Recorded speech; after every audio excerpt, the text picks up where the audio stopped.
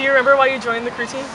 I wanted to play a sport in college. I rowed in high school. I didn't do crew in high school. I had never rowed before when I came to Simmons. So I rowed in high school. Rowed in high school. I hadn't ever played any sports before.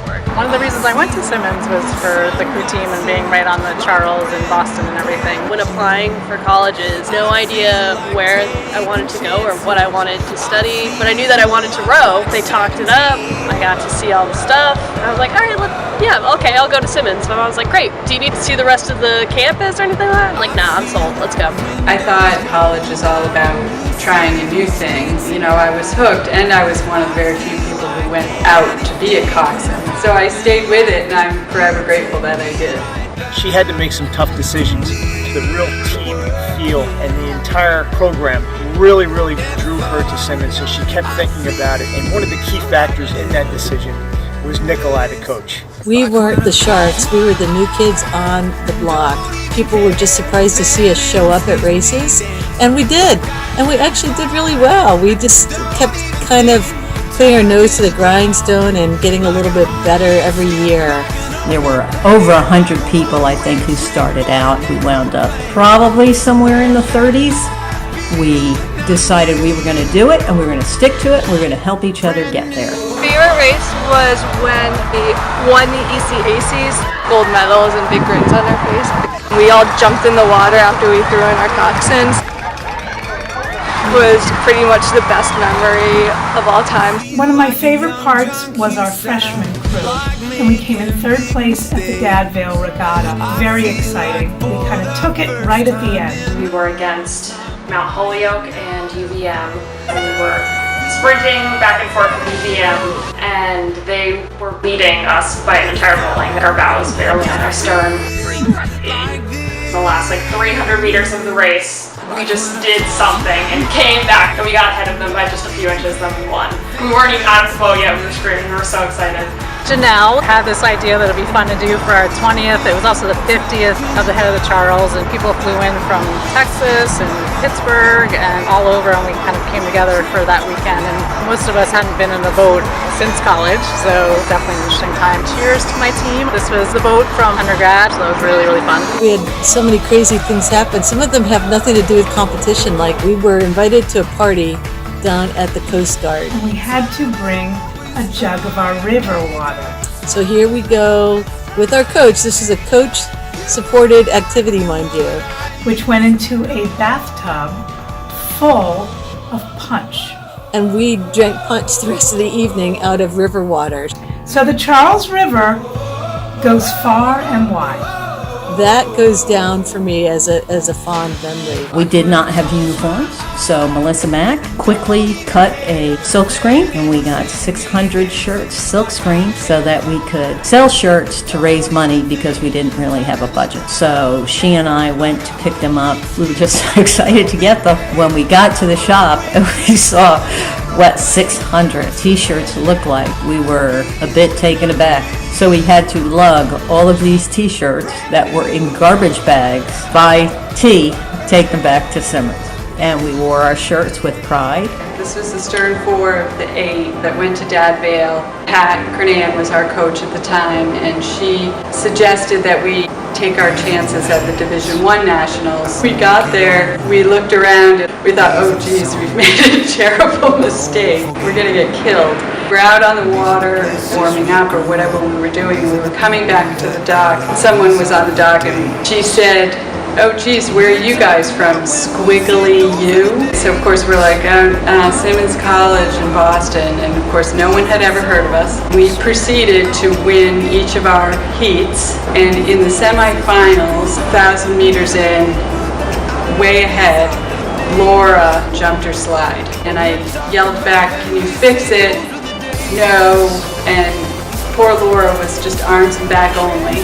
Bow seat, can't get a full stroke. We just stayed in it and we won. It was amazing. When we came into the dock that time, Whoever grabbed our blade said, "Hey, nice race, Simmons," and then we knew we had arrived. And then we went to the final and silver medaled against defending champions UCLA. So it was a thrilling experience. Rowing with my sister was really fun. He would just put us in the double together. We would just row and we would bicker the entire time.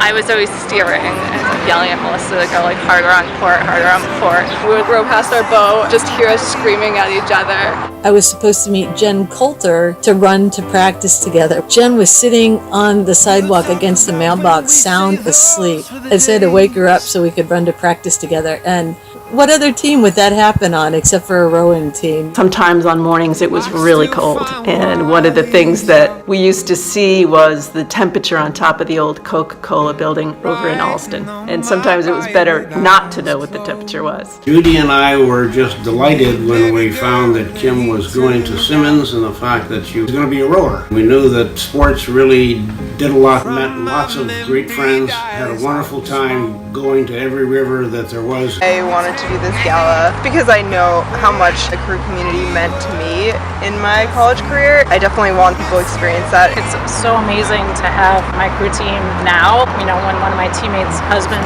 passed away, a bunch of us went to the funeral. It's so nice to have friendships from, so long ago. Judy passed away from ovarian cancer, and Judy was a great gardener in addition to being the cook. Wendy Larson thought very much of Judy, and we asked Wendy if she would carry on taking care of Judy's garden, and her response was, "I would be honored." And we have been honored to have Wendy on that beautiful garden that Judy had all of these years. I now live in Bethesda, Maryland with my boys and my husband. My younger son is a rower for his high school. So the family tradition continues, and I feel very lucky to be involved with rowing again on a different level. It's been incredibly rewarding for me to watch not only my daughter Ronnie, but all the other sharks grow into confident young women who will make an impact on this world. Every bit as important as whatever happened in the classroom. I learned a lot about myself, about how to overcome a challenge, how to work as a team member. Really work as a team member. So thank you so much, Nick, for everything you've done for the team for the last 25 years. I want to thank the people that I rowed with, the coaches, Pat Kernan especially, and the athletic director, Sheila Brown. Thank you very much for allowing me to be on the team with you.